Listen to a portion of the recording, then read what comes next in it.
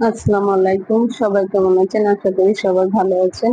এই যে দেখুন, এখানে আমি দেশি ধনেপাতা কুচি করে নিয়েছি। এই ধনেপাতাগুলো আমি ভর্তা বানাবো, সাথে কয়েকটা শুকনো মরিচ টেলে নিয়েছি, পেঁয়াজ কুচি করে কেটে নিয়েছি। আসলে ভর্তা দিয়ে গরম ভাত খেতে কিন্তু খুব ভালো লাগে, রুটি দিয়েও খেতে ভালো লাগে, কিন্তু আমার সাথে ভাতের কাছে সাথে বেশি ভালো লাগে। শুকনো মরিচটা আমি আগে লবণ দিয়ে এভাবে ডলে নেবো, ভালো করে পেঁয়াজের সাথে এবার ডলে নিলাম। এখন এই যে দেখুন, ধনেপাতাগুলো ডলে নেব। এরকম যদি ধনেপাতা ভর্তা বানানো যায়, তাহলে দেখবেন গরম ভাতের সাথে আর কিছুই লাগবে না।